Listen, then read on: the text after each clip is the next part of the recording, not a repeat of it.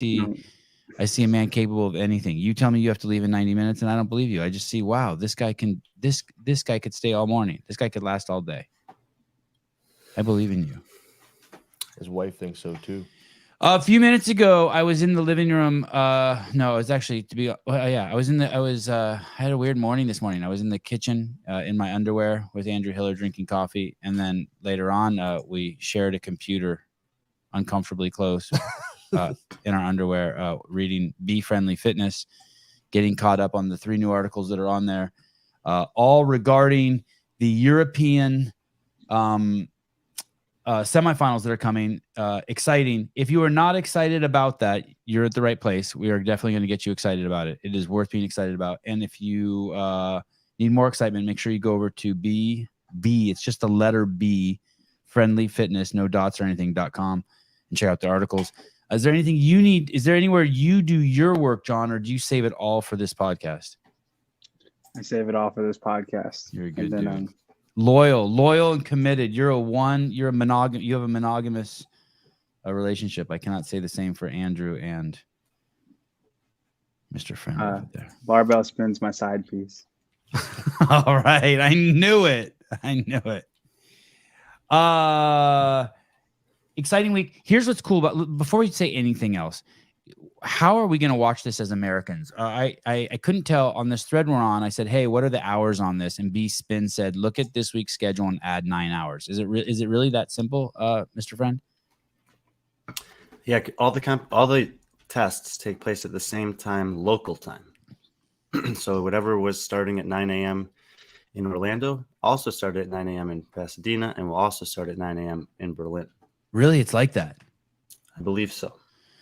Okay, so for us, add 9 hours to 9, and so that's 6 p.m. Okay, so I could probably do both. I could probably be at the Broken Science Initiative at the ranch this weekend. And what are you guys going to do? Are you staying up? I'll start with who I think's not staying up. Are you staying up throughout the night to watch it, Mr. Hiller? What do you mean? Are you saying that I will or will not? I think you will not. I will not. No, I usually watch this the day I wake up. Mr. Young, will you stay up throughout the night? I will do whatever you ask of me, Sevan. God, you're a good dude. And Brian, you will be in Berlin. Yeah, I'm leaving for the airport in less than 4 hours. Okay. And I also heard, I'm hearing rumblings that Chase is flying to Berlin to do events 1 and 3. Can you confirm or deny that? I can confirm. Awesome. And so you will be working on that broadcast as well? To some extent, yes, as I have the last 2 weeks. Awesome. God, you demand. All right. Let's do this. Should we move to, I have a document here. I have the document, not a document. Sorry, I didn't mean to. It is, I type in Brian into the search, and it brings me to my Google Doc. You've really schooled me up on Google stuff. Is this Google stuff? I click on the European Asia tab, and I look for Asia. Okay, let's do Asian men first. You guys good with this? Yeah. Always go to the Asian men first. I personally think this is the most exciting Asia's ever been because I don't know anyone there, and I think we're going to get introduced to characters there that are going to be around for a long time. Correct? Well, you do know some of the guys. But right, okay. But I mean, have any of these guys ever made it to the games? Yeah. In one of those years that matters?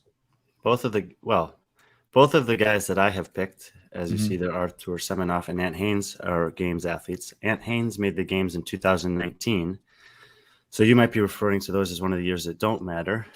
He did, none of the athletes have any control about how the test goes. And he actually got cut in the 20s along with guys like Brent Fakowski.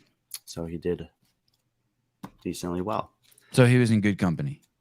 Well, the thing is we only got to see him do a few workouts. So we don't know exactly how good he necessarily was, but he did better than at least 100 other guys. And Artur Semenoff was at the games last year. I think he was dealing with a hamstring injury throughout the entirety of the games. So we didn't necessarily see him at his best either. He's coached by Nick Fowler, and I think he's the favorite to win this semifinal. On a scale of 1 to 69, how irritated is Brian already with Sevan? Wow. God damn, you're good. I thought he was just playing hard to get. John, Nick D won't be a factor in the games. True. That's not true, right? Because even if they don't place well in the total standings, they're still a factor, right? One of these guys gets a top 5 finish and it fucks with the points for everyone else, right? No. Oh, all right. Brian, will these guys be a factor? No, the answer to your specific question is yes. If he finishes top 5 in a workout, then that will likely be a factor because, what workout is he finishing top 5 in? Well, I think that Arthur, similarly to Keelan Henry last year, is a guy that we just didn't get to see do nearly what he can do. I think he's fairly strong, decent runner. I think he's going to have, look, in the semifinals, it's not a perfect comparison across all of these tests, but I think he'll have some competitive scores on tests 1, 4, and 7 relative to the world. How good they'll be will remain to be seen, but I think he's a big, powerful guy, and that there are certain tests that could come out that he could have a top 10 finish in at the games, despite the fact that he's almost guaranteed to have a bottom 10 finish overall. Do any of these guys have a 300-pound snatch? I don't think so. Will we see a 300-pound snatch in Asia from anyone? Maybe. Probably not. Will they? It's not impossible though. Pound snatch. Well, not required, but that was kind of right. That's kind of the. That's a great point, Hiller. By required meaning to win it, will they have to? Oh, meaning even if they can. Oh, well, it's definitely going to show up in the semifinals, right? We know event. Oh, that's what you're asking. Okay. Right. But I thought basically what you were saying is does someone need a 300-pound snatch in Asia to win? Obviously, in North America, West and East, you definitely need a 300-pound snatch to win. He's probably the best bet. Who is? Semenov. Okay. He's one of the biggest guys in the field. He has a weightlifting background, and I know there's a lot of men in this field that we don't know too much about, and the ones that we do, because they kind of come up year after year there, I don't think any of them can challenge for 300 pounds on the snatch. Look at number 6 and 7. They almost have. They're the same last name, Kim. Look at their first names. Can you pronounce those, Brian? If anyone in South Korea is listening, that would be like you saying, wow, look at the guys you have ranked 3rd and 4th. They have the same last name, and it's Chandler Smith and Ben Smith. Right. I like it. I'm not sure the first part of it. Seokbong Kim and Seongjung Kim is what I would say. Sungyoung Kim. I think it's more Sungyoung. Yeah. I like Sungyoung. Anyone from the physical 100 competing in Asia? Oh, I pulled this up and I wanted to know if Brian had any insight on that because I just watched that show. First, tell us what that show is, Hiller. What's that show? It was on Netflix. A whole bunch of people are watching it, and from what I understand, a CrossFitter actually won it. Yeah, and I looked into him a little bit, and he has never done the Open, which was he's not crazy fit. I think he owns an affiliate, and I remember the name. It's like Namsang CrossFit in Asia. And I was wondering if Brian had any. I heard the show's good. Is it good? All right. It's very drawn out. Yes. It's like Big Brother combined with The Bachelor combined with some the one Speegle won Titan Games. Brian, anyone from that show here at semifinals? Not that I know of. Hey, I bet you this show is good for CrossFit. CrossFit Asia. No, you don't think it helps promote CrossFit in Asia? Well, it's interesting that they actually mentioned CrossFit because I remember on the Titan Games, Matt Chan and Speegle never mentioned CrossFit when they were on the TV. Or what they say? They say a fitness influencer. Is that what they called them? On Titan Games? Yeah. Yeah. Matt Chan's just a firefighter, and Dani Speegle's a fitness influencer. That's right. Nathan Reese, Hiller, has Sevan fixed the screen since the Castro episode? There's a presupposition there that Castro thinks that Hiller wants to look at me through this screen. It's only Dave who wants to see my whole body. Hiller's fine with just looking at my face. I can see his eyes. Yeah, there you go. Brian, don't get carried away. Do you know about Morteza's snatch? Because I know he's clean 383, and if you're cleaning that much, your snatch is likely to be high, unless. You know what I mean? Like that's just acceptable amount of strength to conceivably see a 300-pound snatch. Yeah, I mean, he's one of the stronger guys. There are sometimes athletes that have a really good clean and don't have a great snatch, but Right, and 300 I don't know if pounds. he's that guy. Yeah, 300 pounds, I don't know, but I would still expect it like nothing worse than a top 5 from him on that test. I'm just not sure what you need to be top 5 in Asia on that. Brian's irritation level, some of the numbers have come in: 69 out of 69, 40 out of 69, 65 out of 69. Holy shit, a 90. Let's see if we can bring those numbers south. John Young's Travis B. Oh, this isn't going to help with the irritation level. Is this a fact? John Young's picks have been better than Brian's. What I saw is that Brian's were slightly better from the data that I saw. Well, I think that it depends. So it's like at this level of the How do we do with the West? Season, Do you know? At this level of the season, it's like, are you saying that I did better than John because I had more people who qualified, or that John did better than me because he had people closer to their actual finishing position?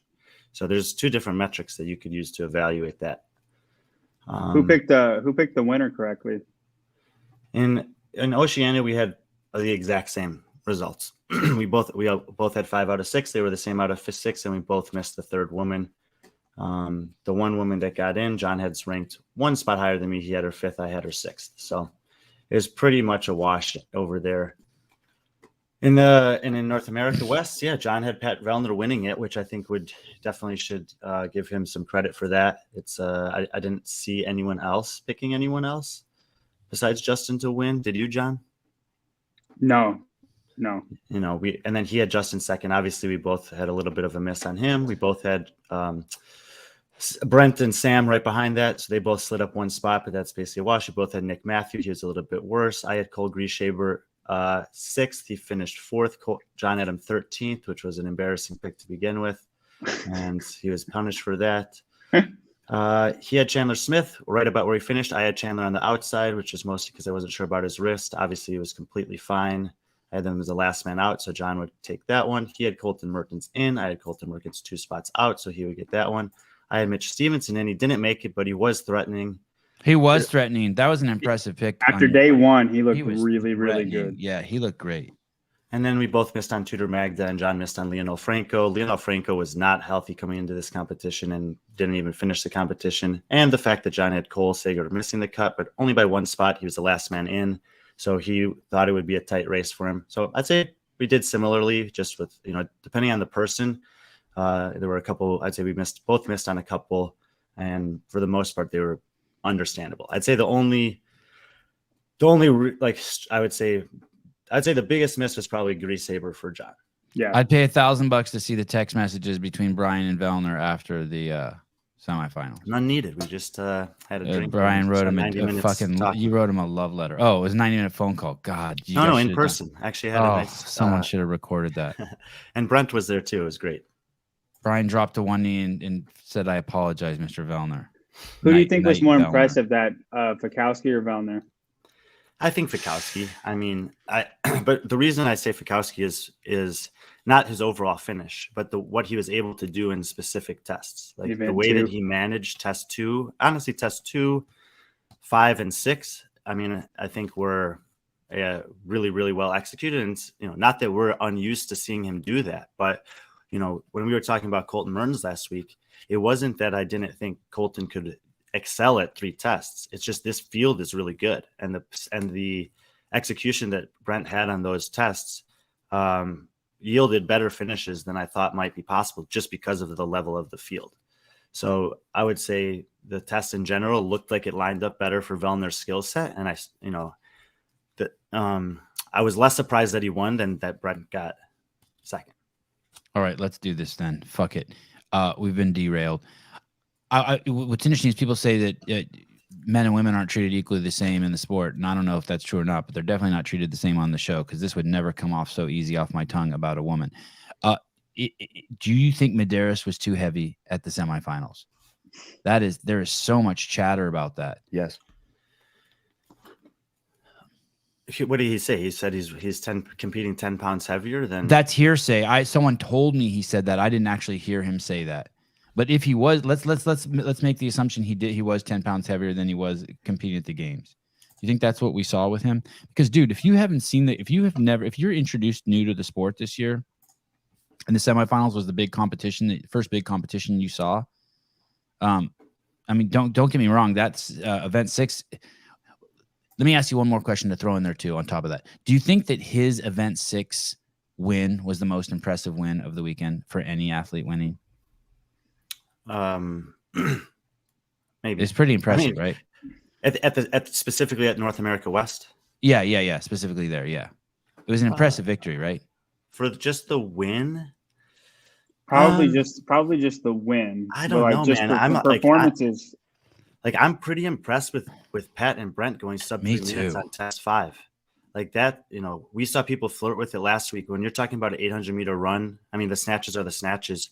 Like a couple seconds is a big deal. And we see a lot of people that 1 second will cost them 5 spots. They're both, and Pat was 256. I have to throw that into the mix. I don't think that was as dominant as Justin's event 6, though. Maybe not, but he's asking as impressive. And I know that from like competitive swimming and running in my background, that like a couple seconds is a lot more than a couple seconds in some of those disciplines. So just for the sake of conversation. What about Mertens and Linda? Man, dude, if he was feeling 100% that day, it could have been even sub 11, which would have been incredible. He said he beat everybody by a minute. The other thing is, we were like, I was kind of expecting that.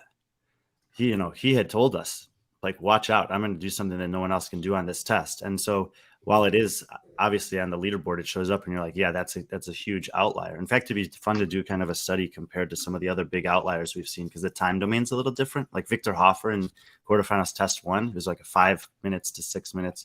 Fraser's Friendly Fran, 3 minutes to 4 minutes. So this is 11 to 12 minutes. So it's like, it's not quite as impressive on a percentage to some of those other ones that are beating the field by a minute. But yeah, the reality is we have seen this past week some phenomenal performances across the board, and Justin in test 6 is definitely one of them. Damn, you're right. Pat and Brent sent it in test 5. Dude, they beat third place by fucking 10 seconds. Yeah, that's a lot. Holy shit. And like, that is true. But if you go to the North America East, then there were guys that were close. Like Adler was 3 minutes even. Roman was 3:02. A couple guys were 3:05. So besides them, this is the women's. But besides Brent and Pat, the men's field in the West just wasn't great at that test. So it inflates it a little bit. Like Colton's score is just as good, or actually better, against the East than it is the West. And I think Medeiros' score is just as good or even better as well, because I think Chandler also got the best of Sam Cornway. Damn, Dallin Pepper 307. Do you guys? Fuck, he's the real deal. Can you confirm what I think I heard about Bosman saying 4 and 5 are the best correlates to finishing higher on the leaderboard?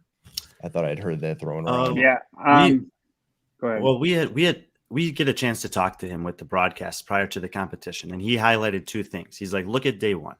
Day 1, you have a long, grueling test that you have to be big enough to move the implement on the sled, and obviously get enough power on the machines to stay relevant.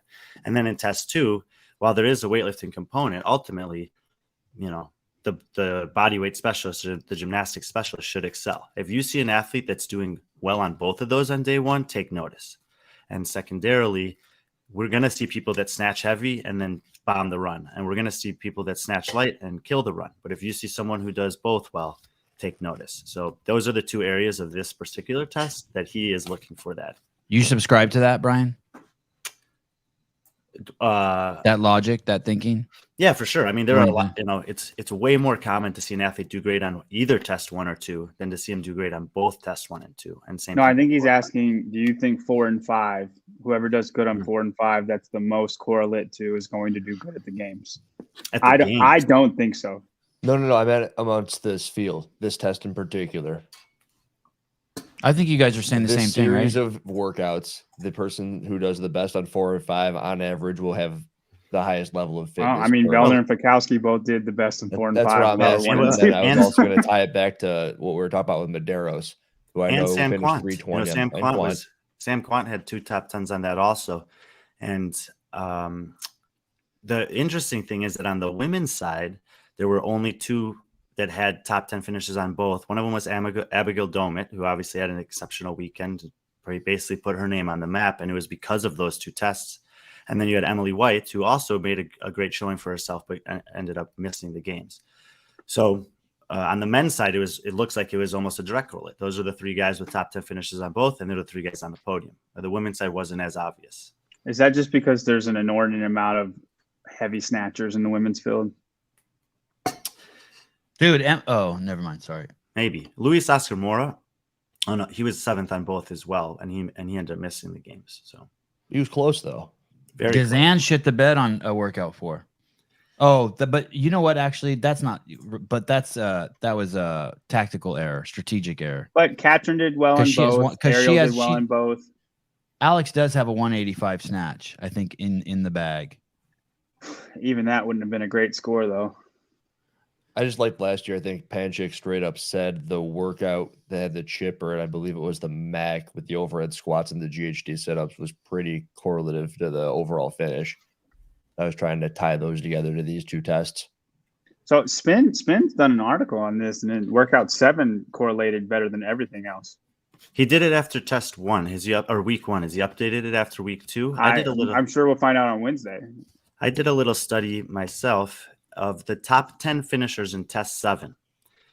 North America East, 7 of those finishers and on the male and female side made the games. And then in the West, 6 of the top 10 finishers in test 7 made the games. So it's, 65% of the athletes that finished the top 10 on test 7 have been making the games out of North America. Hey, that Abigail Donut might be a superstar. She might. She's cool. If she cracks the top 5, hold on, people. She's gonna tear shit up. Cracks the top 5 of what? Of the games, ever. If she ever gets up there, she's gonna be a superstar. I know she has a long way to go, but you look at her finishes, it's not that bad. Nothing worse than a 26th in a field out of 60 is pretty good. And she has a couple good performances on the 4 and 5 turnaround. But it's I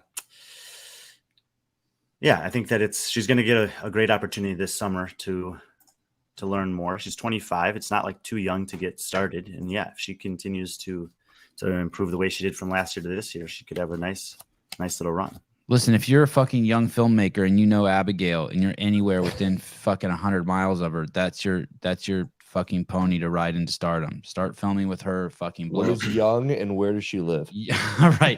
It doesn't matter how old you are. Just like if you have nothing going on in your life and you can dedicate yourself to a project, make that girl your project. There's other she's from Texas, John. So get on it. Other athletes out there, but if you're break out your camera, that iPhone, it's hard. It's going to be hard to fuck up taking pictures and videos of her. And if she can talk, she's going to be golden. We're out in Texas. Lone Star CrossFit. In Austin, I think.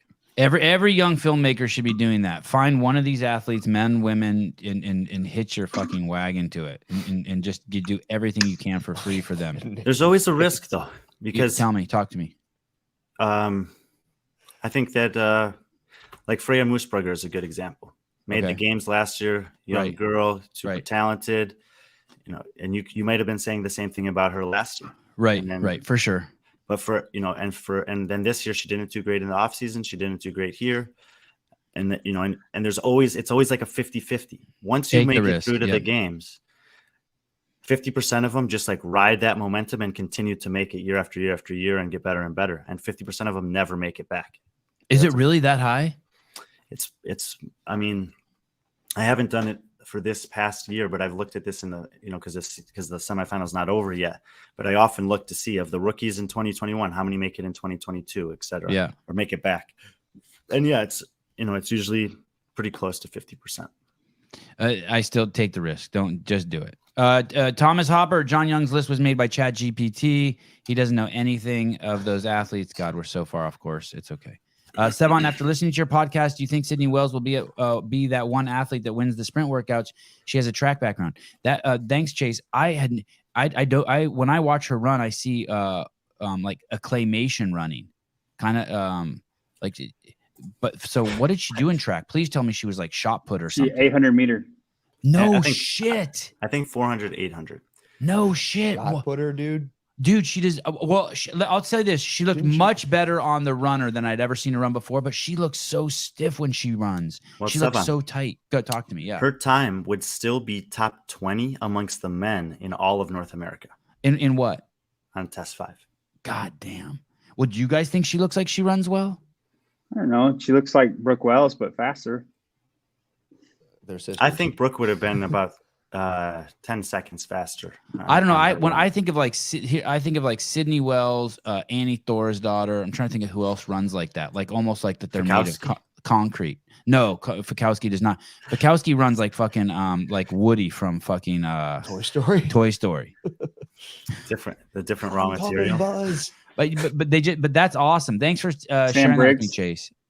No, not like Sam Briggs. Well, when Sam Briggs gets tired, she starts doing the fucking Pat Barber and Chris Spieler. Like her fucking head becomes detached from her fucking head. Oh, I'm too old to do that. Hey, don't you know Emma Carey was only 2 seconds behind her on that run.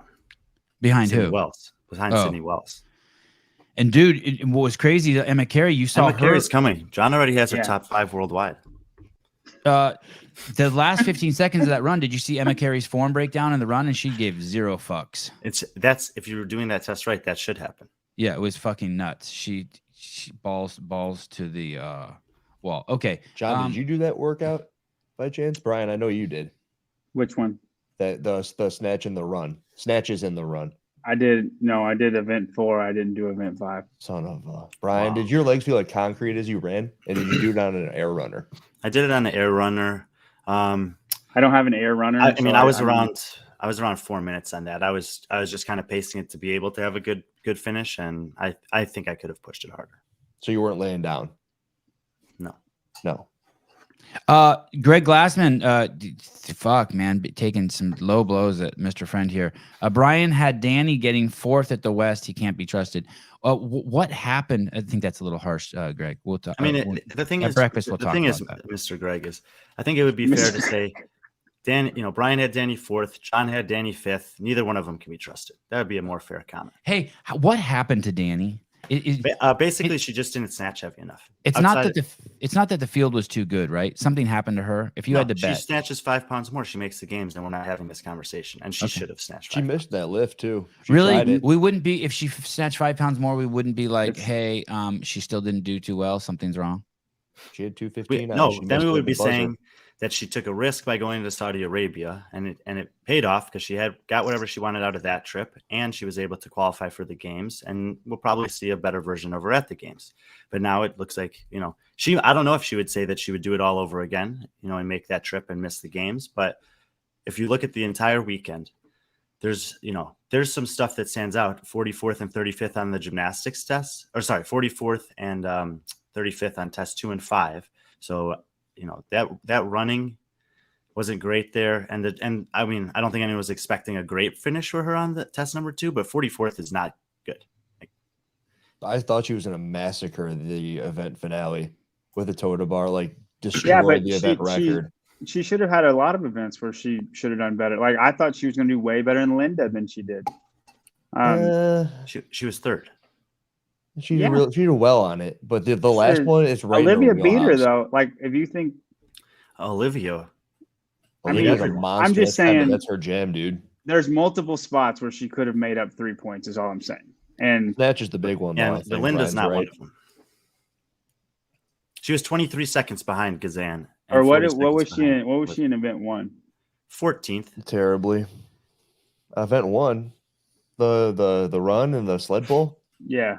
I think if you're just looking for 3 points, that you don't need to go any further than No, this. 100%. I'm just saying there's other spots too. Yeah, I would agree with you that I think, I think 13th on test 7 was surprising. And as we talked about, if that's a top 10 finish, then she's in the games, and people who finish top 10 in that have been making the games more often than not. Who knows? I mean, it's a big trip to go to Saudi Arabia and back. When I go to Dubai, I am not in very good physical space for like usually a week after getting back from there. So to go out there and try to compete after that is definitely not advisable if you're trying to have your best performance. And she still almost made it. Here's a really weird question. How early is Brian arriving to the airport from someone named Anita Dick and Me? Brian, you probably shouldn't, unless, well, maybe you do want to just tell them when you're getting to the airport because that person needs servicing. I have a question in relation to the last event. I don't know if it's been touched upon. If it has, just brush over it. But in Brazil, they have assault bikes, and everywhere else I've seen they have echo bikes. Brian, have you thought about this at all? Because I looked at the times on event 7, and they're in the 3s. Patrick Vellner was in the 4s, like low 4s, and I was wondering if it affects the outcome at all in your mind. You're telling me that in South America they were using the assault bike and their times were faster than Vellner's? Yes, by a minute, upwards of a minute, maybe 45 seconds. You can't compare that event like them to. I know it's not comparable, but it's a different workout. Because you watch it, and I know Mayhem, they don't really sprint very often on the bikes. And Guy comes off that bike 10, 12 seconds after Kalike, who had won. And it's just a different workout. If it was closer, it would have made a big difference in my head. I'm seeing their times in South America as 4:15, 4:17, 4:21. That's not. Are you looking at event 5? No, Hiller. I'm saying like maybe. I don't believe so. Okay, well, brush over that. Maybe okay. My bad. Yeah, Hiller's in the studio. This is Hiller week. There's Shark week, and then this is Hiller week. Hiller will be on every show. I'm sorry I wasted the last 1 minute. Carry on. Well, that explains a lot. Here we go. Greg Glassman. Hiller forgot to shoot up this morning. All right, everyone cut him some fucking slack. All right. That is not correct. Sean Lenderman, if Zuckerberg really did Murph in 39.58 with a 20-pound vest, he's a fucking robot. I agree. I don't want to say bullshit, but it's kind of crazy. I do think it was different events on event 1 for Torian. I think Torian was much more of an aerobic event than it was for everybody in North America. This is an amazing comment from Misha. Aaron Kim snatched 285 back in 221 with a mask on. I fucking love that. No, not true, Brian, or they did? Maybe. Oh. But that, thank you. That's it. So that have you ever seen someone snatch 300 out of Asia at a semifinal? What any big lifts to stand out? I guess that one guy popped, right? The guy I think with the Nasser did 400. Who? What? Who did? The guy who popped. Nasser? And the guy who looks like a WWE wrestler. He popped, right? GW. 50156. Durable. Anthony TPA, who places higher at the CrossFit Games, Bethany or Katrin? Wow, we are so far off. Mr. Friend, that is a really good question, though. That's a fun one to play with. I mean, the safe bet is Katrin, but it's hard to know with Bethany. I mean, even as well as she did this week, I know she was not at 100%, and it's not even necessarily physical. It's just like confidence in her back and in her body. If she's able to compete freely, we still don't know what her ceiling is.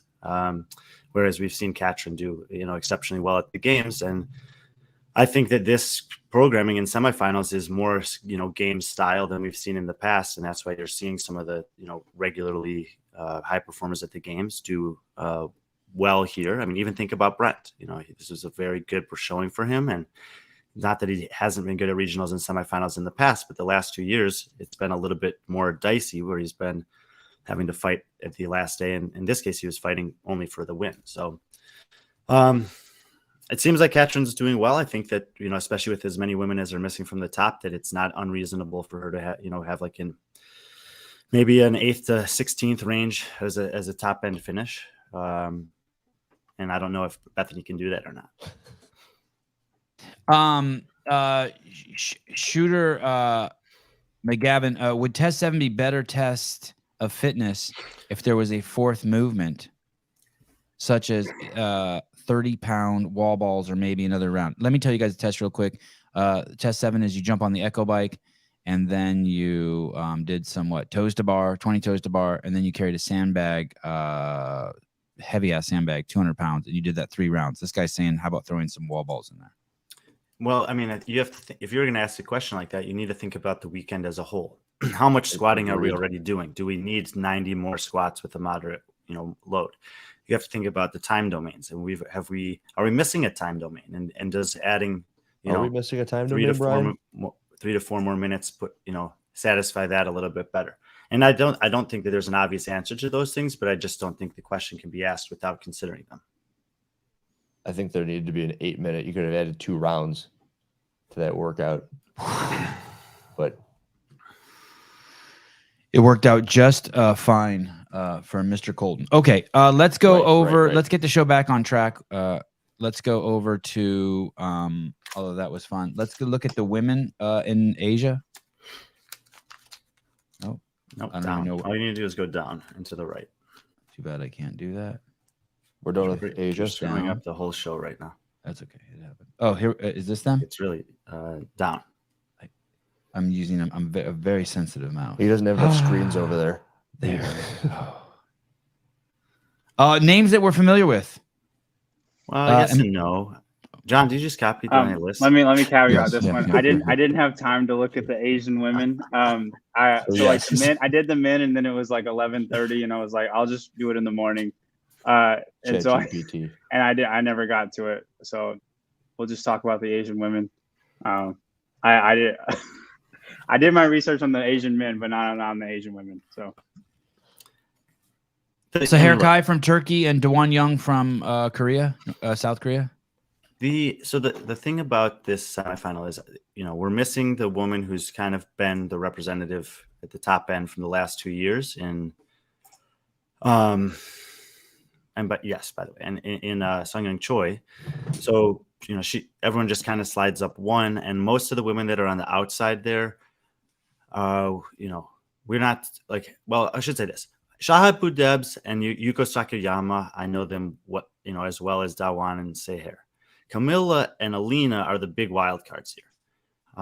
And what we have seen in this testing so far is that being a big, strong athlete does have its benefits if you're competing against someone with a similar fitness level that's not as big and strong. Additionally, we don't necessarily know some of the variables. Like if that sled is the sled that they've been, if it's as hard as the one they're using in North America, that's not good for Sahar. But if it's the one they're using in Oceania, is she a pinner? Is she tiny? Yeah, she's a smaller athlete. Then it's probably not as relevant because her fitness will prevail. So there's a little bit of unknown variables because we don't really know all of the equipment and the floor friction, etc. that'll be over there for that first test. She should do really well on the second test, third test. Snatching is like, I'm not sure. Running, she should be okay. So it feels like she should be fine, but it's possible that there's one of these other women that is just, big and strong and can have 4 really good tests and maybe not be punished on the others. I mean, this is what happened to Guy, basically, is that the thing that he was bad at is the thing that was easiest for the field to be good at. There were a bunch of people in the field that could go long and he could not. And so even though he was good at everything else, even when he was world class, in something, there just weren't people that were able to middle and give him the points back that he needed. So that's the risk that you potentially run in these small fields, is that if you're the best athlete, fittest person in the field, and you take a hit on something that everyone else is good at, even if you crush the field in the things that most of the field is bad at, you can't make up the points. So that's where it's like, and when there's so many athletes in the field that we have little data on, it does leave the room for something like that to happen. But coming in, I would say that the top 3 women there are definitely the most likely to make it. And we said that in South America, and we saw, a different thing happen. And it almost happened to Roman like 2 years ago. There were 2. There was a lot of gymnastics tests, and he came in like 6th in one of them, and the other 2 guys ahead of them were gymnastics freaks, and he almost did not make it. I mean, he didn't end up making it anyway because he didn't come, but he was in danger of missing the games. No, he didn't make the games. He had to go to last chance qualifier. Well, but then he made it in last chance qualifier. Yeah. And if you look at that year, he was 4th, 3rd, 1st, 3rd, 4th, and 9th.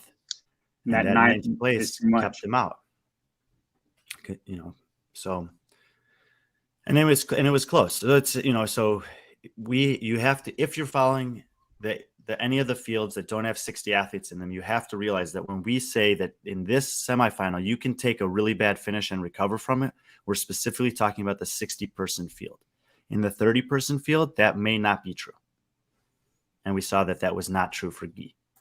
Where's this person from? Or Cohen? Israel. Come on, Or. She's always there. She's been competing for a while. Actually, last year she was. I mean, get her shit last year- together. She's fucking 10th. Like, fucking do something. Go to Dubai. She and actually wasn't get able the to stuff. compete there last year. She was one of the She had to athletes boot that was last unable year. to get to South Korea, and she got an exemption to go straight to the last chance qualifier. Oh, awesome. All right. I want to see her Instagram. I'll do that in my spare time. Jason Miller, 3 tests to find the fittest on earth. Jason, you can't just like throw your Canadian money around and hijack the fucking show. Okay, yes, you can. 1, 3 minutes on the assault bike. 2, body weight grace. I see right there. You lost me. We can't do that at the games, right?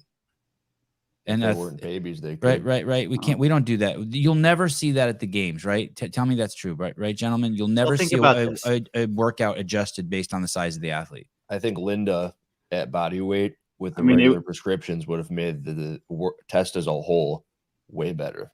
It would just be Oh, the average Semifinals. of everybody hate it. competing. Why do you hate it? Because I just think everyone should do the same test. It's to crown the fittest.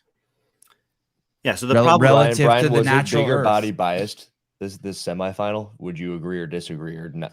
It feels that way, but I don't want to say for sure until everyone's had a done. chance to go. I think that actually the European men, which we might eventually get to by like hour 3 or 4 of this show, is going to be a big indicator of whether that's the case or not. And if you make that body weight based, Linda, it might bring that down just a notch. You would do that? You would do that, Hiller? You would switch it to a fucking you would I mean, at the you can't games? really say because there's no precedent for it, but yes, I would. Would you do that, Brian? At the I was games? just to say that Jason Miller, the thought is there, but in both 2 of the 3 tests that you've picked, strict Mary is only a test I think you can put in a full test of the games because there's no chance for the big guys to do well on that test regardless of how good they are at those things. And likewise, if you're making them do a heavier lift for body weight grace, then you're Right. You're putting them at a disadvantage in 2 of the 3 workouts. And I don't Thank think you. that's what you intended to do, but that's what happens. Mary, by the way, is just Cindy with like pistols and chest to bar or some shit. Handstand push-ups. Oh, handstand push-ups. Okay. Good question. Sort of. But by the way, doing that would be like, John, you're not going to like this metaphor. Doing that, changing the games like that with what Hiller's proposing would be someone to claim that it wasn't really Jesus on the cross, that it was some other dude. It's complete fucking blasphemy. It takes away from the point of the games. Okay. Why would Here I we not go. like that? Because I don't know. You don't want it to be that there's someone else This is besides Halpin's Jesus on the always cross. right. You just said it was blasphemy for there to be Oh, somebody good. Okay, not good. Jesus. Okay, good. You do like it. They would need to weigh the athletes, which has somehow been too hard to date. Oh, please. They just take a scale. Triple. No, what he's saying is they haven't done it. And Mike would really like them to do it. And I think there are a lot I of would people too. that would. It helps with Stupid. You guys are missing the point of the CrossFit Games and the methodology. Go ahead. Sorry, Brian. we can Go ahead, move on. Brian. Okay. On to Europe. Yeah, let's just start with the women. Just because I have it here. Yeah. Okay. Can you make that Dude, any we got- smaller? See where we it says have- 100% at the top? Can you like just change that to 90% or 75%? I can do all sorts of shit. You should see it on that screen over there. It's massive. Shit. I can see it from over here. I don't know what Those names are huge. Thank you, John, for a big old fucking dose of reality. I think we're going to get a mad, fat dose of Annie Thorisdottir this year. Interesting. Big old dose. Okay. European, the events start on Friday. So do they start on Friday for us? Friday American time? This Friday? Yeah, in the afternoon / evening. That is Friday, the 2nd of June. It will be for the 2023 European semifinals. Oh no, it should be in the morning. Right? It should be. It Like- should like be 1 a.m. something like that. Yeah, like at the start of the night on Thursday, right? Because it's 9 hours earlier. And the top 11 here go to the CrossFit Games, which is pretty cool. The nice thing is, it's for you. It's Yes. 11 and 11. You can't screw it up this week. Okay, perfect. Brian has Laura Horvath at the top. No surprise. Annie Thorisdottir second. John has the inverse. It's definitely splitting hairs, but I'm leaning towards Annie too. Brian, why Laura over Annie? She's better. All right. I Easy. agree with that statement. That she's better. Yep. But you picked Annie because I don't think there is one event that Annie's going to do bad on in this 7-event competition. And when there's 7 events, if you have one event that you are not as good at, it can cost you winning. That's why I picked Vellner over Justin. I didn't think Justin was going to do as bad as he did, but I thought Vellner would just be a little bit better in I thought the snatch people would middle Justin enough for Vellner to win. It ended up that not being the case, really. Vellner was just better throughout the whole competition. But in the event 6, I just think Annie's going to get through the legless rope climbs and get through the handstand push-ups better than Laura is. I think, and there's a lot of little gymnasty girls in the European region, and I think they will middle Annie and Laura in that event, and that will be enough for Annie to be over Laura. I said the same thing in Rogue whenever Annie almost beat Tia in Rogue, and Annie got second in Rogue. I think it was 2 years ago, and Brian thought I was on crack then, and it happened. So that's why I think it's going to go this week. If it was 15 events, I'd pick Laura. I think Laura is better at the games. I think Laura's probably going to win the games. She's probably going to be my pick, but I think Annie is going to beat her in this competition. There is not an event Annie should do bad at in this competition. I think she's going to be great the whole time. The Mike Halpin, I disagree, Sevan. Imagine you had their weight and measurements and could actually know their fitness comparisons. No, I have no interest in that. That's the thing. I'm not interested in who's the fittest relative to their weight or their size or how well their mom treated them or what their anything about that. I'm curious, who is the fucking fittest human being walking fucking planet fucking Earth? I don't give a fuck about fair. I want to know if who can fight the fucking lion the best. I'm not picking fucking the guy I'm picking John Jones to defend me from the heavyweight competition in a fight, not fucking a Mighty Mouse because he has the best record in pound per pound, the best fighter in the world. I don't care. I want the games is to crown the fittest man and woman on planet fucking Earth. Did you literally just use a sport where they have weight classes to define who you would want to defend you in a fight? Yes, I did. You wouldn't choose the heavyweight champion? I would choose the heavyweight. That's what I'm saying. John Jones is the heavyweight champion. Yeah. Roger. Well, he's going to be. Yeah, Right. He's Okay. going to be. Okay. Or if he's not, he's going to be. Heavy, Hiller. Sorry, what? Heavyweight's not very heavy. Okay, I didn't think he was that big. I know it seems like it needs to be. Like I think I'm a heavyweight. I want. Thank you, Mr. Watkins. Thank you. I agree, Sevan. That's the competition part I'm a part of. Are you the fittest man, not the fittest 5'3"? Yeah, fuck you. Fuck your 5'3" shit. I think what Mike's saying is if no one knows what Mike is saying, Brian. Nobody. I think if you have a champion of the games for 10 years in a row and they're all within an inch and 5 pounds of the same metric, and then you have someone come along who's 3 inches shorter, that's an outlier. And we can say, wow, no one of that height has been able to do this yet. Yeah, I like that. Thank you. Brian's about to log off. No, are you kidding me? I just saw him settle in. He likes this. We're not talking about weight classes. It was stop judging Brian, all of you. Leave Brian alone. He's a good dude. Okay. So what does that say about the test, you guys, that John thinks that Laura is better, but he's got Annie on top? Does that mean it's a bad test? So not necessarily. You have to take it for what it is. He's exactly right. It's 7 tests, and both of them are very good. I think that they both have legitimate podium aspirations and chances at the games. And so if you're talking about 2 of the best in the world, the margins can be small. And when you think about what I was just talking about with some of the smaller fields around the world, the things that Laura's good at, world class at, Annie's right behind her in them. Also really good at. So Laura might win the first test, but Annie might take third. And, Laura, Annie might beat Laura on the snatch by a similar margin. Maybe it's a 3rd to a 5th or something like that. So they're going to be kind of trading blows on most of the workouts. The 2 workouts that, the last workout, I would be shocked if they weren't both in the top 5. it's some of the other workouts that I think is where you have to look. That test number 2 is going to be interesting to see who prevails between the two of them, and test number 5.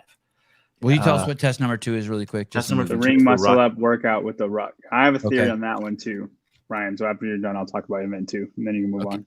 Okay, go on, Brian. What's workout 5, Brian? Workout 5 is the run. I think Okay. Laura has a chance to win the snatch run in this semifinal, and I'm wondering about Annie, how well she can do on that. I feel like top 10 is within touch for her still, but it's a strange workout. We've seen some people that have like kind of underperformed, or they haven't done that badly, but they've just been a few seconds off where they needed to get 20 points more because it's, the margins are small. So those, and in test 6, I mean, John is almost definitely right. Like I can't really see any scenario where that's not Laura's worst finish.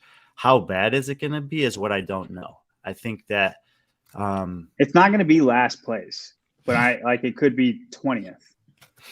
right. And so, and if it's 20th, I think that's great. And I think that still keeps her in the conversation to win. And I actually think that people are going to see that she's not as bad at this handstand pushup as she is at some other ones.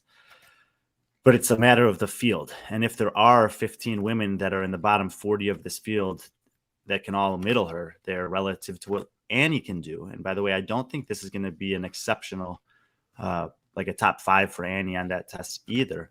Then, we'll see. That's where the margin's going to come on those 3 tests. Chris, I wonder Biesterfield, I wonder how sales are going for the sled cloth. I bet you they're skyrocketing. It's so cheap. I bet you they're skyrocketing. Brian, John, you were going to say something. You wanted to get a on little workout placeholder. 2. Go ahead. On workout 2, I've noticed like the women that tend to struggle that we didn't know were going to struggle rely really on a huge kick.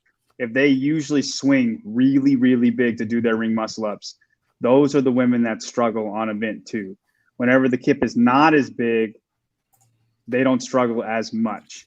And that's probably because, the ruck just makes it more of a muscling the muscle up. And Laura has a huge kip on ring muscle ups. So I could see her struggling in that one more than she would on a regular muscle up workout. Regular muscle up workout, Laura's fine.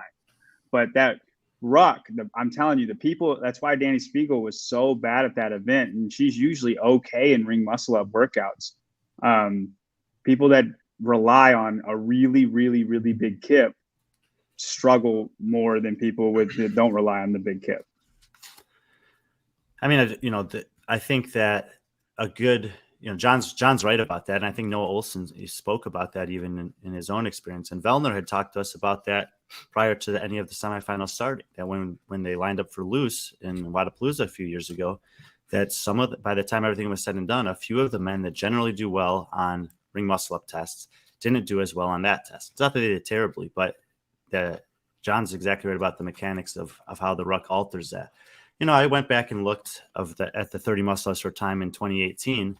Laura was like 5th or something like that. She was really good. Should have went with your gut. Third. Yeah. and Annie was like a minute behind her.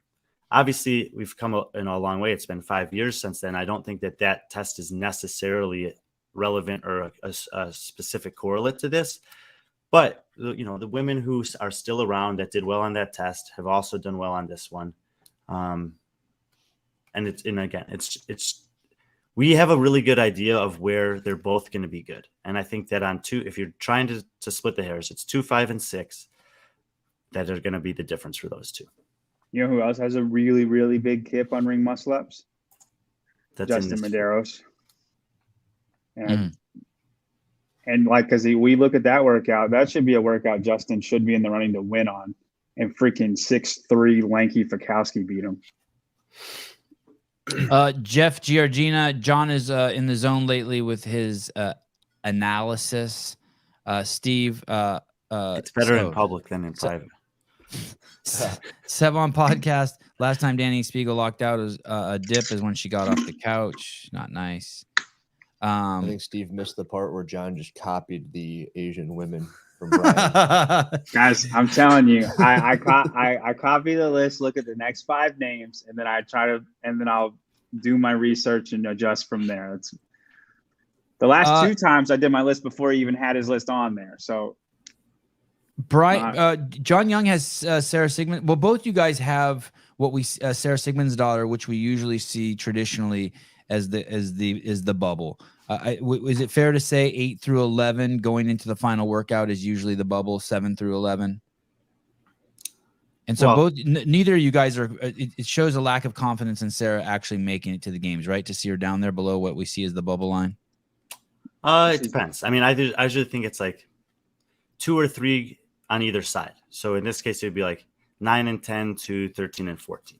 Really? Okay. I feel like it's been a little higher up. I feel like it actually has been like 7 Well, and 8. in the North America West women's field was the outlier where there were like, 8 women within 20 points, even when everything was said and done. So that was, that was a wider range than most of the other fields. And one of the things that's been pretty surprising to me is the team competition and the women's competition have been incredibly tight in both North America East and West, and the men's has not.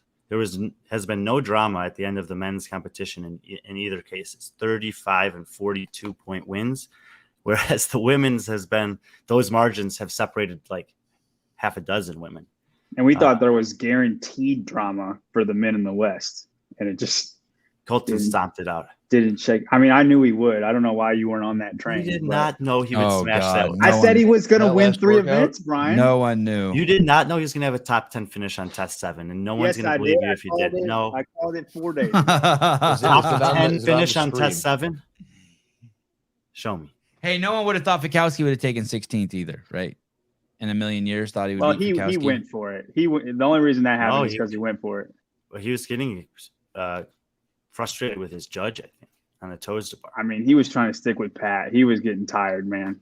Were Fakowski's feet hitting the ground? Did he have to change his toes to bar because of the height of the bar? By the way, anyone? I'm not entirely sure. He might have had to do the quick ones and couldn't do the big swing.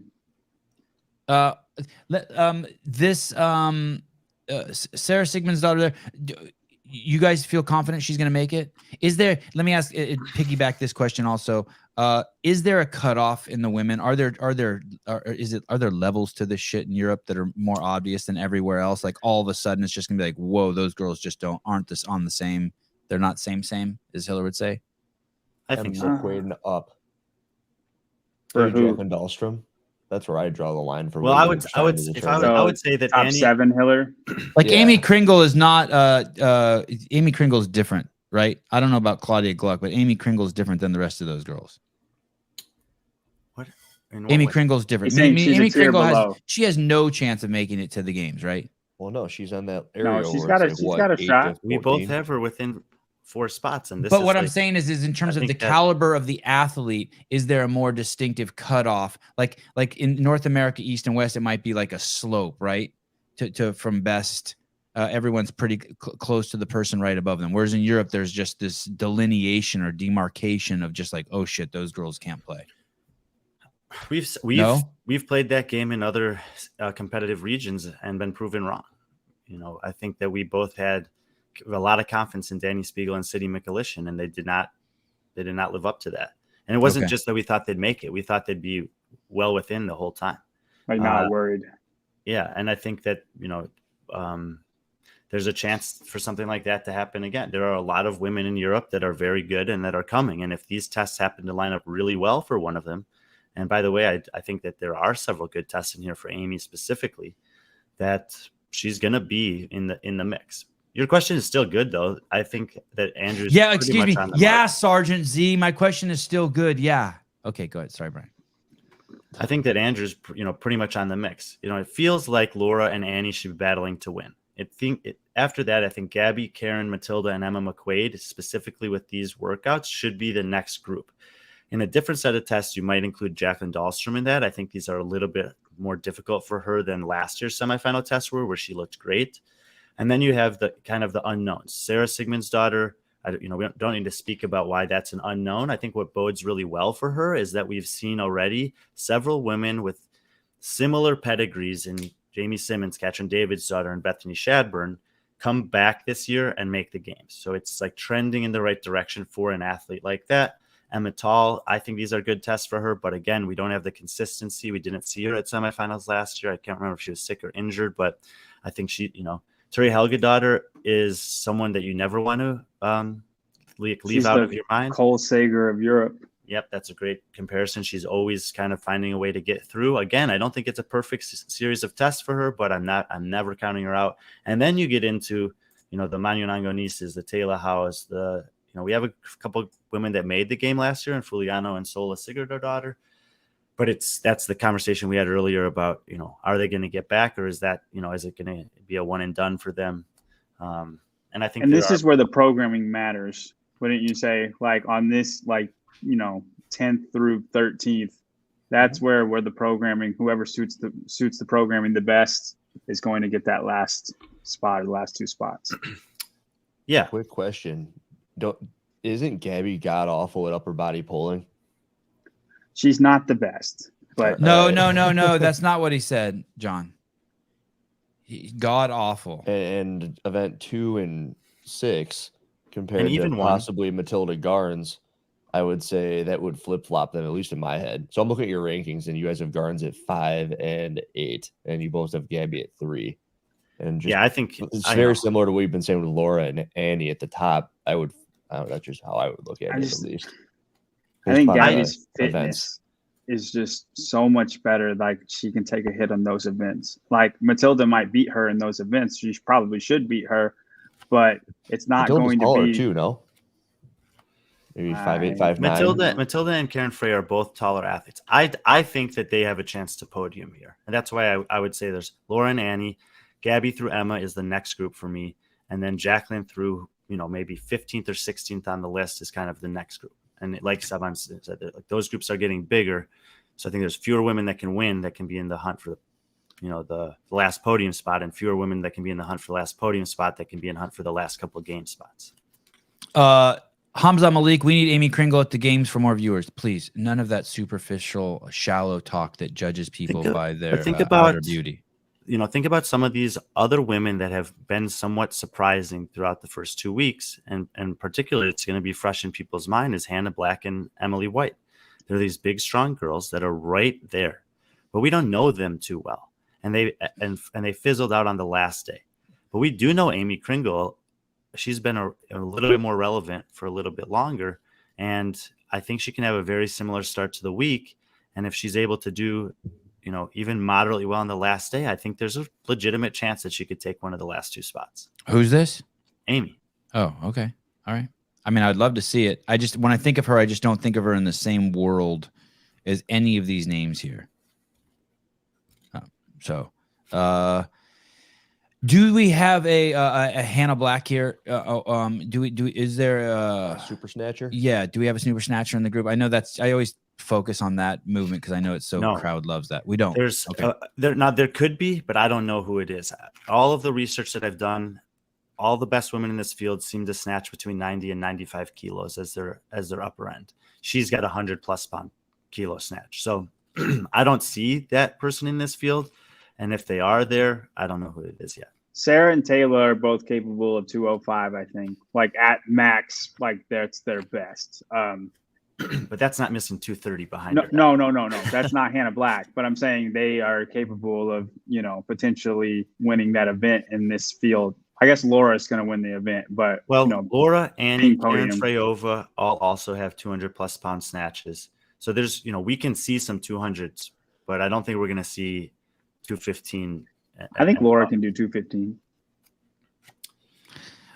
Melissa Odie or Brian, what do you think? Kristoff, Christoph. Of Gabby being coached by Christoph Horvath. Now, Brian, don't be biased. Bias.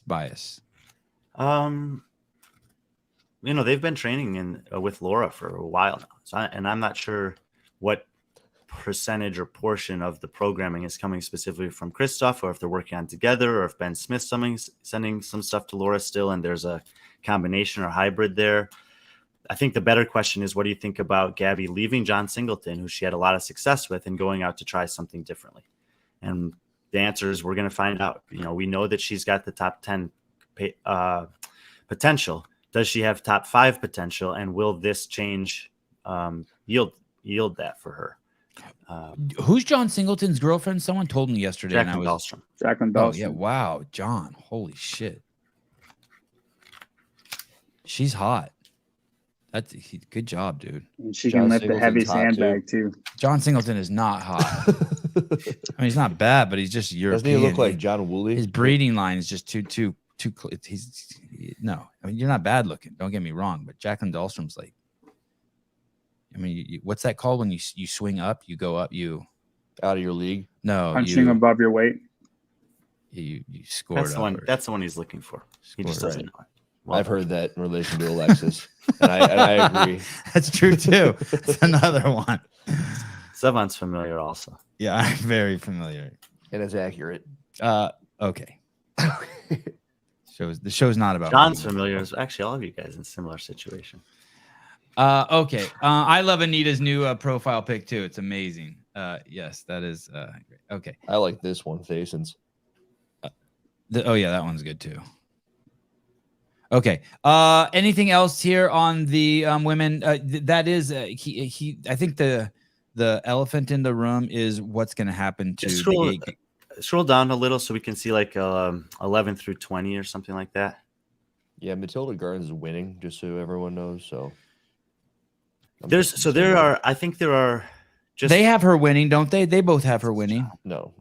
Carry on. Brian. No, who doesn't have her? I just wanted to say Matilda Gardens is winning, and now Brian.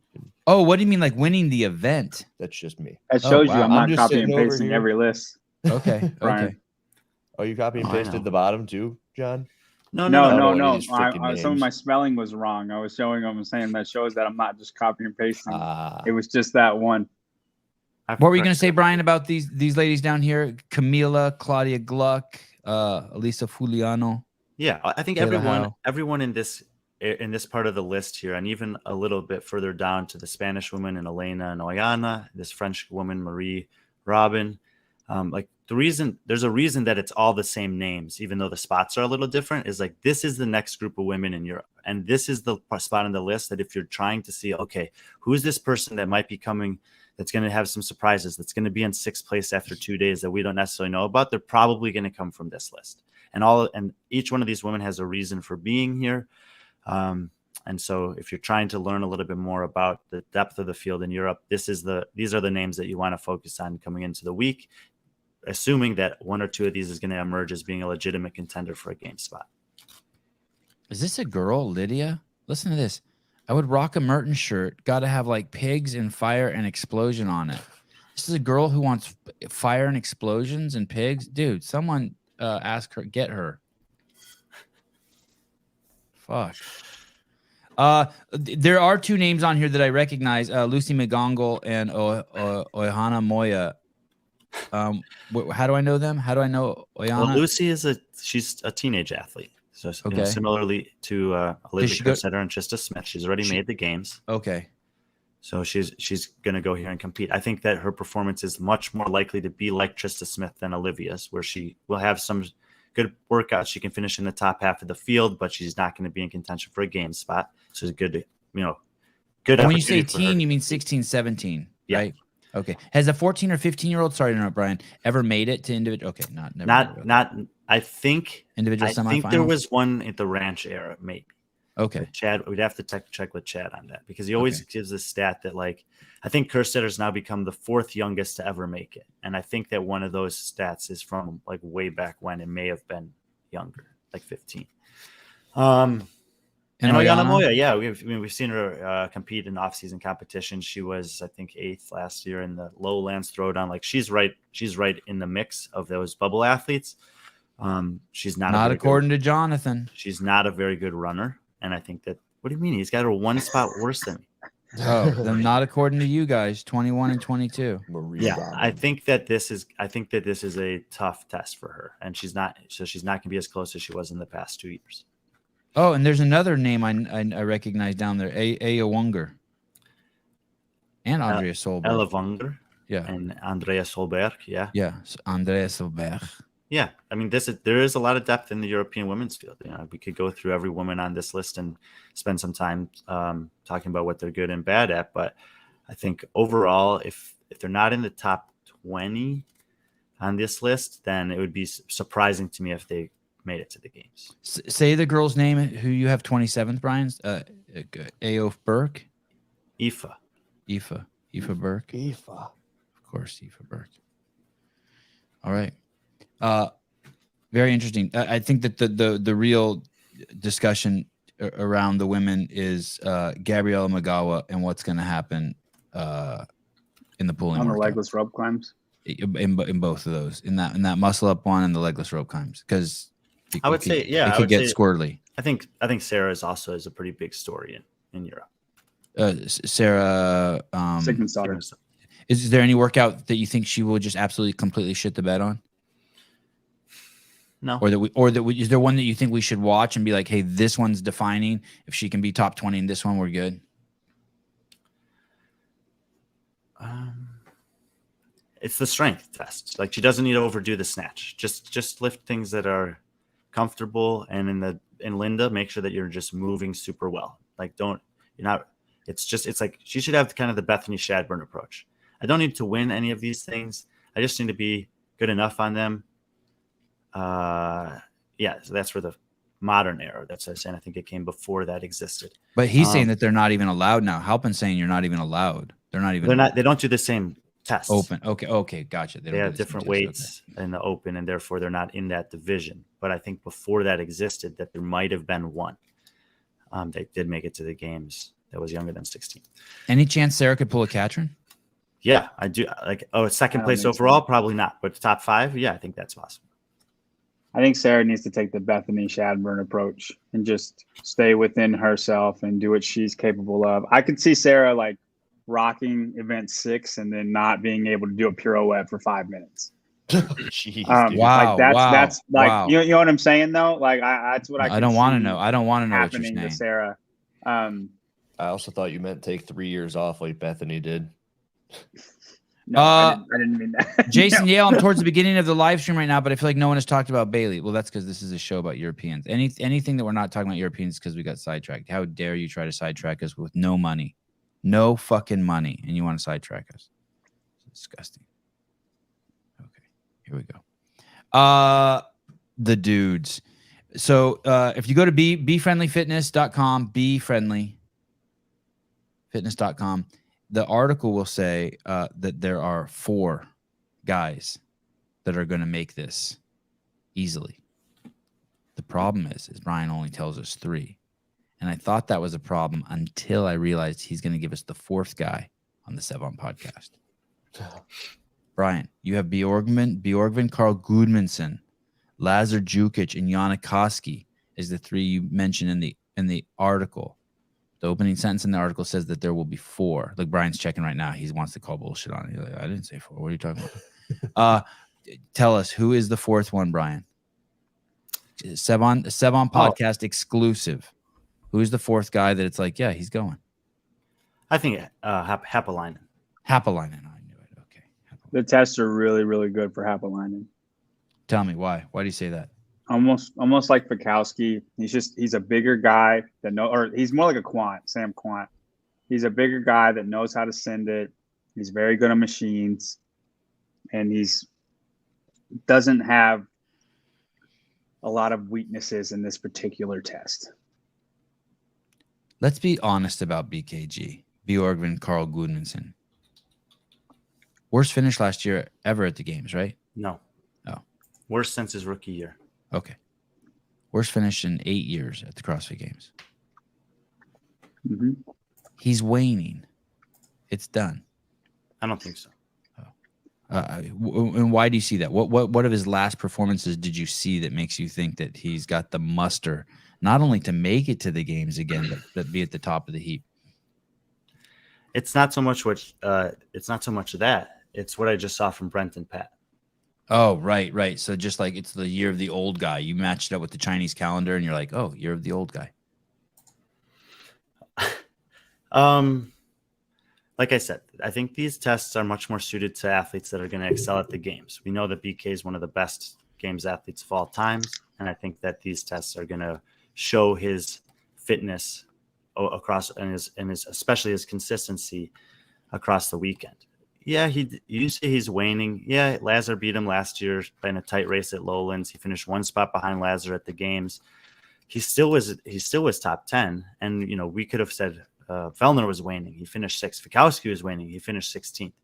And we don't know. And I think that Vellner, in an interview he did with Lauren for Talking Elite Fitness, mentioned that like they're aware that they're getting older, but they're also aware that they still got it and they still feel good. And they're kind of right now pushing the envelope in a way that Fraser and Froning didn't do, which is to try to remain relevant into their 30s at the top of the games field or contending for a podium or a championship. You know, they, you know, no harm or shame in what Fraser or Froning did, but they didn't try to extend their elite careers 31, 32, 33, 34 years old. That's what these three guys seem to be trying to do. I think BK is a year younger than Brent, who's a year younger than Pat, or something like that. But yeah, I look at this test and I think John agrees that, you know, I think BK is a clear favorite here. If Pat wins, will that be the oldest games winner? Oh, in the modern era, I have to go back and check and see how old James Fitzgerald was. James was, yeah. You think Pat retires if he wins? Man, I think I would. That's a great way to go out. I don't think he does, but man, that would really fuck with Medeiros if he did that. That'd be awesome. To win and then just not let him get it back. Oh yeah. God. And guys, I'm not tired. It would put Pat in this really comments. I'm not tired. Rare air. Would it be a John Elway like moment? You just walk off in the sunset. Oh, you look kind of like John Elway. That's interesting. You look like him too. Throw that in the pile of people that Michigan looks like. Tom Hardy. You know, me and Tom Hardy have the same birthday. I did know that. Fun fact. Why did you know? Brian, what do you know about Lazar Jukic's health? I think he's coming in healthy. I'm not sure. He had broken pieces, right? He had a piece that was broken that he didn't let heal. Are you talking about it from the Rogue Invitational to Dubai? I can't remember, but there was something where something happened. He broke something, and then we saw him compete again, and he's like, "I'm fine." And it's like, "There's no fucking way you're fine." What was that? What piece on him broke? Ankle? He rolled his ankle in pretty badly on the trail run test or event one of Rogue Invitational. And then he had basically a fainting episode at the top of the Haifa. The Burj Khalifa. Yeah, Burj Khalifa. He was sick in Dubai and had another, subpar performance. So I think he came up the stairs on all four if people don't remember. Yeah. I think he's not I think it's fair to potentially say he's disappointed, ranging towards embarrassed by those, the things that happened there relative to what we, have come to expect of him. 2-time top 10 finisher at the games, but Medeiros had 2-time top 10 finisher at the game also last year, and he didn't make it this time. So nothing's a guarantee. You still have to show up and do it. Barclaydale OPT was 33 when he won in 2007. Lazar had the incident with Saxon Panchik where they came in early on the bikes. I will say this. I do think he had that bike incident. He had the rolling of the ankle in Rogue. He had the stair incident where he doesn't remember the last few flights of stairs at the Burj Khalifa. But mentally, I never saw a kink in his armor. Did you? He always looked so positive. Lazar? Yeah, like in his mental landscape. Like even after he rode in an extra lap, that would have broken most men. He didn't even seem to. He was like, "Yep, move upward and onward." His mental composure at the games was very good. I'm saying in Dubai it was very bad. Okay, and that was a different kind of breakdown, right? That one was really out of his control. What? Pardon me? It was even throughout the weekend, but I think again that he's gone back and reflected on that. I think this will be a strong showing for Lazar. I think Lazar wins 3 events. Oh no, here we go again. You got to call him. Event two. No. Event 2. Wait. Event 2 is the muscle up one. Yep. Okay. Event 6. Which is and then the event 7. Pirouette, and then the echo. God, that would be dope. Hey, why don't you have him winning event 5? John, let's run back the same bet. because he's a Nope, weak dude? absolutely not. I have so You much don't. more You don't faith need to in be Colton strong than to win Lazar. event 5. Oh, do you're you? right. The run. What about No. event 5? Why can't he win event 5, John? He could, but I Well, like he's got him in the other wheels, doesn't events he? better. Yeah, but Luca's faster than him. I'd pick Luca before Lazar on that. You watch him race when they were 12 or what? They've said before. So Lazar's a water polo player and Luca's a soccer player. You think Or Luca wins an something like event? that. You Good call. you think Okay. Luca wins an event at the semifinals? I think Luca could win event 5. Yeah. They've said before Luca is a better runner than Lazar. Bronislaw is or all of his, John has him in 10th. Let's see where Brian has him. Uh-oh. Yeah, I mean, I think Bronislaw is going to come out this event. He's getting coached by Justin Kotler. I think he's going to surprise a lot. I think Bronislaw wins 3 events. I'm just kidding. Brian I'm just kidding. Brian has him at 16th. Brian, you see Bronislaw as a one trick pony, win the snatch event, and you think him as kind of a Griffin Raleigh? That's not fair to say about Griffin, a one trick pony. You see him as a Griffin Raleigh? Why is that not Lazar fair? commented. You want to put that one up there, one of y'all? The best performance that we've ever seen from Bronislaw was at strength and depth. You find Got it. Sorry, Brian. You find okay. Go ahead, Brian. The best competitive performance we've ever seen of Bronislaw in a elite men's field was at strength and depth the first year. I think it was the first year. Yeah, and he had a couple of home runs and a couple of bad finishes, but with the way the test was and the field was, that kept him right up in the hunt for a podium throughout the weekend. I think that this field is really deep, and that he's going to take some big hits. I think his cardio or aerobic conditioning is as good as it's ever been. I just don't know if it's good enough. And while I think that obviously he'll snatch great and he could have a couple other top 10s, that he's going to have some bottom finishes that against this field concern me that he won't be able to do enough to get it. Here's my reason. Here's my reasoning for Bronislaw. I just went event by event, and then I did rationalize it out to myself, like biasedly. But that's why he's 10th. If he ends up 20th, he was my shot in the dark. So, and nobody had Olivia Kerstetter making it, and I picked her to make it. And it's kind of the same concept here. I think since the sled pull is more about the sled and not as aerobic as I think they wanted it to be, I think he does much better in that event than he would in another endurance heavy event. Event 2, since the ruck is more muscling your muscle ups, we talked before, I think he'll do better than that than a regular muscle up workout. Event 3, he should smoke Linda. Maybe his cardio is not good enough to win it, but he still should be great. Event 4, he could win. Event 5, he won't win. And then event 6, he's great on his hands. I don't know how he is with legless rope climbs, but I know he's great on his hands. I think he'll have no trouble with the handstand push-ups. And then event 7, I mean, if you're in 8th place, I believe he can pull out a Colton Mertens like 10th and seal his way to the games. Wow. Hold on one second. Karina Rain, just because you've been saying some funny shit lately, you made me laugh with the Chinese calendar comment. Thank you. It's always good to get money.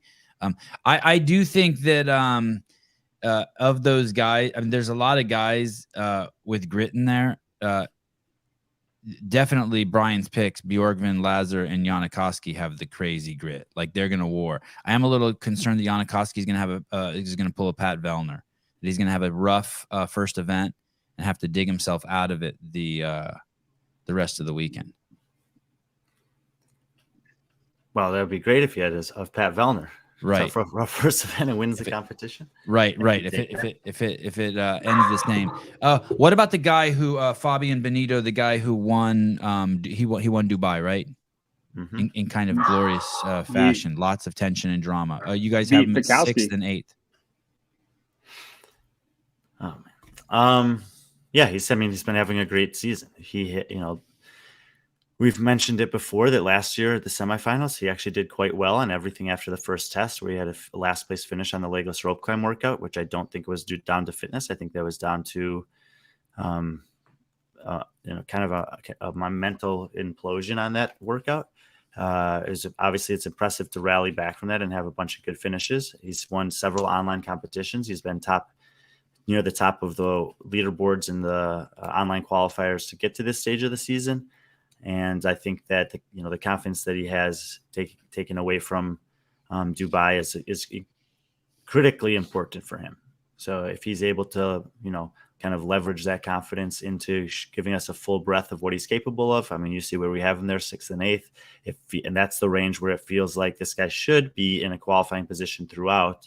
Maybe not threatening for the podium, maybe not lingering around the cut line, but just kind of steady as she goes. And I think he should make the games this year, which would be a big breakthrough for him. Oh, you guys both have Luca going. Will this be Luca's first games if he makes it? No, he made it 2 years ago, but he finished 3rd place in the online semifinal. He pulled a Lazar and said he wasn't ready. I think we're going to see a improved version of Luca this time around. It was really close last year. Also, it just came down to an overhead squat or two on the last workout. And I will be watching very closely at the last 20 reps, specifically the last 10 or 5 reps of test 6, because I think that what we saw with Mitchell Stevenson last week, that last rep of overhead squat ended up kind of eliminating his chances to make it. And hopefully Luca just manages that really well. That test in particular is one where if you get caught up in a race, it can really, really punish you. Which number? Test 6. I mean, we saw, not that it was super punishing for him specifically, but Vellner failed like 5 of his last pirouettes. You don't want to be in that situation. Stevenson let a minute of time bleed away on 1 rep. And you don't want to panic in that workout ever. So no matter, any advice to these athletes would be on test 6, take nothing for granted until you've crossed the finish line, be focused. If you need, better to take a small break and execute than to risk it and miss 5 times. Have you done the math on Stevenson? If he hits that last overhead squat and he doesn't take a minute and a half to do it, would he make it? Not with the way test 7 went.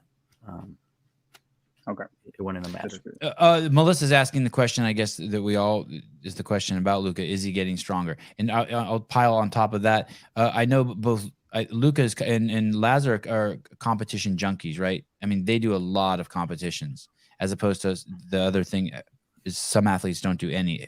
Is that good for them or is that bad for them? Hard to say. I mean, I think we're going to get in Europe in particular a chance to answer some of that. Luca did a ton of competitions this year, but he's tapered off of doing those recently. So he's been, relatively competition less coming into the semifinals, which I think is a good decision. Part of the reason he's doing those is to make money. And he did make a lot of money doing those and doing very well in those off-season competitions. And that's, a very real thing for athletes that are trying to compete in this sport. There are a few different ways you can make money. And I think that he found one of them this year and capitalized on it. I think that he's, built up a bit of armor in that regard, competition armor, experience and resiliency. I wouldn't recommend doing as many competitions as he did this year in and year out. But if it ends up, that now because of that, he's able to make the games, and maybe make it consistently for a few years in a row, that this would have been a valuable year for him. Lazar had been doing more competitions this year. He didn't do as many, but part of that's because he got injured and sick. And, that is the risk of doing all those competitions, is if they don't go well for whatever reason, what effect does that have on you? Enrico Zanoni, strength has been his issue, right? Yeah. Sevan, I gotta go. Hiller's gonna defend me. Ask Brian why he hates Angel. Hiller will defend you. Why does he hate Molokai? I literally had one spot away. Thank you, John, for coming on. We'll see you soon, buddy. Thank you. Get the fuck out of here. John wants me to defend his list, but I'm also upset that he doesn't have Uldison. He has Guillermo Brant. Or no, Jordos Karavis. He has him high. I like him. But well, what about Zanoni? I'd love to see Zanoni at the games. He's kind of the Amy Kringle of he's like the Street Horner of the Europeans. Yeah. We need him. We do need him. Well, so at this point in the men's list, maybe I first of all, I thought that ranking the men in Europe was the hardest decisions I've had to make of any place yet. And going down all the way to 20th on my list were guys that I considered putting inside the top 11. And the interesting thing about this group of athletes is you have guys like Zanoni, Upenix, Karavis, Katulis, Hoffer, Vuniak, and Fasa that are on the smaller side. Now, smaller is relative, but just for the sake of an easy conversation for people to understand. Then you have guys like Anjol, Yelahoste, Branislav, Ludwig, Hansen, and David Schrunke that are on the bigger side. And I think that in this range, you're going to see a lot of back and forths, where that second group that I mentioned is going to come out hot in test 1. And then the first group that I mentioned is going to fight back in test 2. Test 3 I think is a big opportunity for this group of athletes to make a statement, because we've seen obviously Colton Mertens obliterate the record there. And we saw guys like Chandler Smith and Sam Cornway have some of the best scores. We have not necessarily seen a really big guy have an elite performance on this yet. So, if one of those guys is capable of doing it, if a Yelahoste or an Anjol or Branislav David is capable of having a really good test 3, I'm going to take notice of that and feel like those are the guys that then have a chance, because most of them should do well on the snatch. Anjol may be the exception of the bigger guys on that list. The running, we've seen that the bigger guys can also do well on that. And then it comes down to the gymnastics on test 6, but I think it's execution as much as anything else. I think in general that this is a slightly favorable for the bigger athlete, and so I did give a little bit of an edge there, but when I was making my final picks, I ended up going with experience over anything else. What about JR's question here? Hoffer is the William Leahy, the 4th of Europe. What does that mean? Lots of hope, but it's going to fucking crash and burn? I mean, it's a difficult question because we still don't really know who Bill Leahy is. We saw some shines, some moments of brilliance last year. We saw some good performances in online tests this year, but he didn't do any off-season competitions. So we don't have like an actual competitive data point to say like, oh, well, he was 10th at Wodapalooza, and that's a pretty good sign. He didn't do any of those competitions.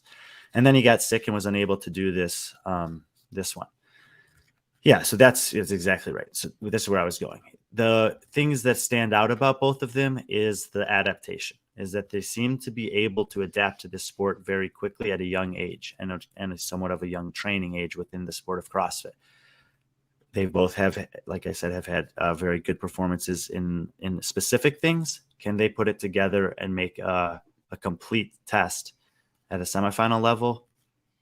We didn't get that answer from Bill. I'm very hopeful that we'll get that answer from Victor. I don't know. I'm not sure if it's going to be enough this year,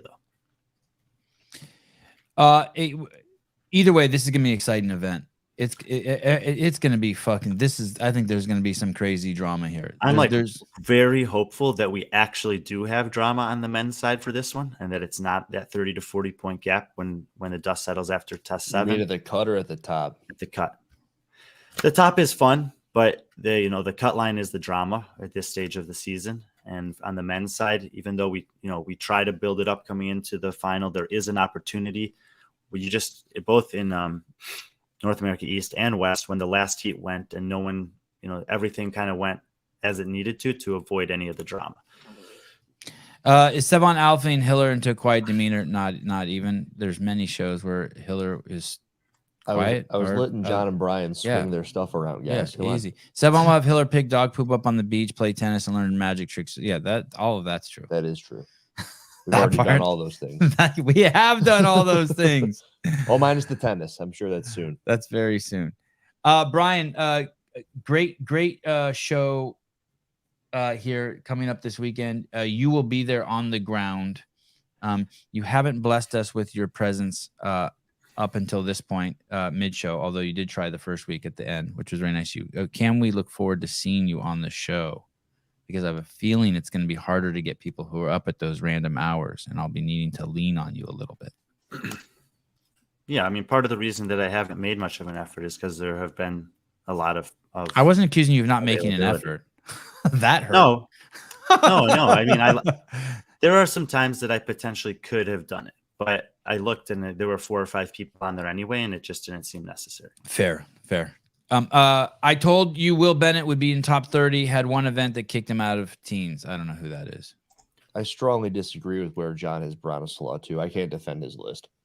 You can't. No, You I don't like think, him a lot, but he doesn't have a chance. Brian's in hell. got him better placed. Does he just have no engine? Is that the thing compared to the relative to these other He's just guys? not that good at CrossFit. Wow. He's very strong. Wow. And I don't know. John was swayed through the Instagram, I think. Hiller came here yesterday with a 6-pack of C4, and that was the first thing he put in the fridge. An 8-pack. Oh, sorry, 8-pack. So just so you know, there's plenty. I've never seen C4 in my fridge, and now there's tons of it. He even brought me one, which was cool, which I might even drink today. I brought you a Ghost, actually. Brian, any final words here?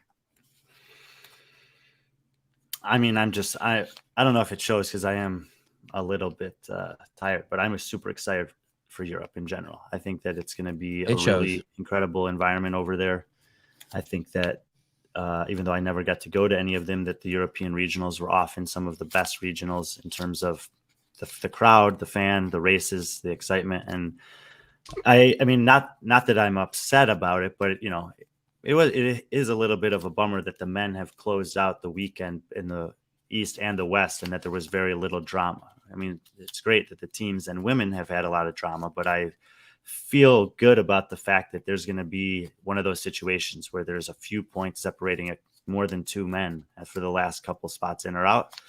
And that Which men would require drama there, do you think? What would drama look like to you? I mean, because I think the drama that everyone knows, there's, like the Speegle, the Wells, Bailey Rail, Rail, Abigail Domet, Kelly Baker, like they didn't know they made it. And they're in, okay. And even if you ran the math on the back end, you were like, I think it's this, but my goodness, 415, 415, 413, like anything on my math is wrong, and that's a different person in. It's extremely tight. And for the men's field, that hasn't been the case at all. And I think it will be this time. I obviously don't know exactly who it will be. You see some of the people that I have close to the cut line. So if you're looking at the list specifically from John Young, from he's here. Zanoni down he's to driving away. But that's fair. From Zanoni down, I think those are the places I would be focusing as needing a really good high level execution throughout the week if they want to get in.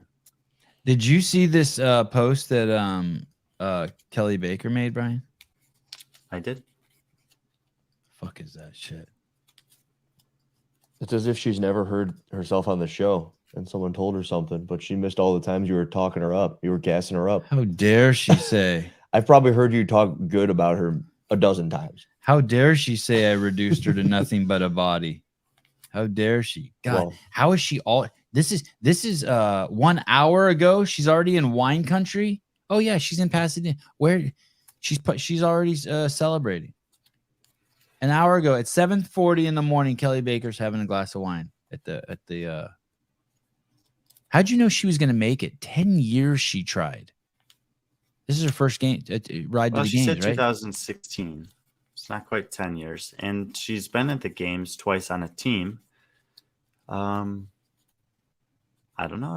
Everything was boding well for her, and I thought, she seems to be a fairly consistent performer. I think she was 11th in the Open, 4th in the quarterfinals. Didn't really have any bad performances, and consistency pays off in these competitions. She had one bad finish, and it was, but everything else was good enough to offset her, or offset that for her. You think she's top 30 at the games?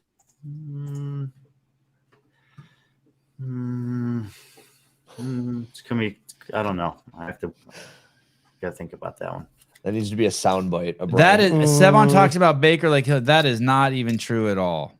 Whoa! I don't know. If that's that accurate. is not. That's not even close. Maybe, listen, maybe I've never know. said anything negative about Kelly Baker. I've been talking about the frequency. I've been a huge fan. I remember when Brian and I were in Albany, and I really wanted her to go. I just didn't know. I mean, here, think of it this way: that year we went and watched them in Albany. Brian Prevo made it, right? But Kelly didn't. And this year Kelly made it, and Prevo didn't. It's fucking. What'd you say? 8 or 9 years later. I mean, that's pretty. It's wild. That's a long time to be trying. What? Well, 5 years since then. Why? That wasn't 2016? That was 2018. Oh, okay. All years. Yeah, Jonathan Lane. Yeah, she's something else. What does that mean? She's something else?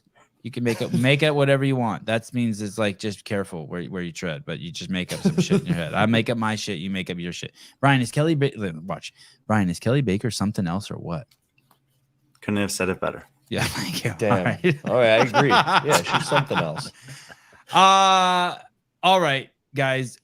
Crazy great coverage coming. Another great show. Thank you to Brian and John Young. I'll just throw this out there. As good as I think this competition is going to be, I think we're going to see very few event records broken. Oh, okay. Burn. That sucks. Well, which is interesting because you also think the CrossFit Games champ for the women is also in this group. And it's also the final week. Which I think the CrossFit Games champ is also in that group, but I don't think it's who you think it is. You think it's Matilda Garns too? No, I think it's Annie. I think Annie's gonna fuck shit up. Oh, John Young thinks it's Bronislaw. Did you and John? I mean, he's talking about it for a event record. We'll see. I mean, everyone would have put their money down in Anthony Davis, and it didn't happen. 325 is a pretty impressive lift from Tudor that in that circumstance, and I don't know that Bronislaw is going to need to do any more than that to win. So we'll see. Yeah, that's insane. I personally love it when Sevan comments on my body. Well, thank you. I personally love commenting on your body. It's a match made in heaven. All right. Ladies and gentlemen, thank you. We will see you maybe tonight for a surprise show. Tell me your travel plans, Brian. You leave in 3 hours, 2 hours? Mm-hmm. You nonstop to Berlin, or you got some crazy layover in Paris or something? Not a crazy layover, but London. Okay. And then a quick change, or will you get out of the airport and visit friends or anything? No, just a couple hours and take a quick flight over to Germany. Meet up with some buddies there, try to enjoy the city on Wednesday, and then get to work on Thursday. So you land, what time do you land there Wednesday morning? 11 a.m. or 12 noon, something like that. Okay. And are you friends with Daniel Chaffee? Mm-hmm. Oh, he's France. He's France.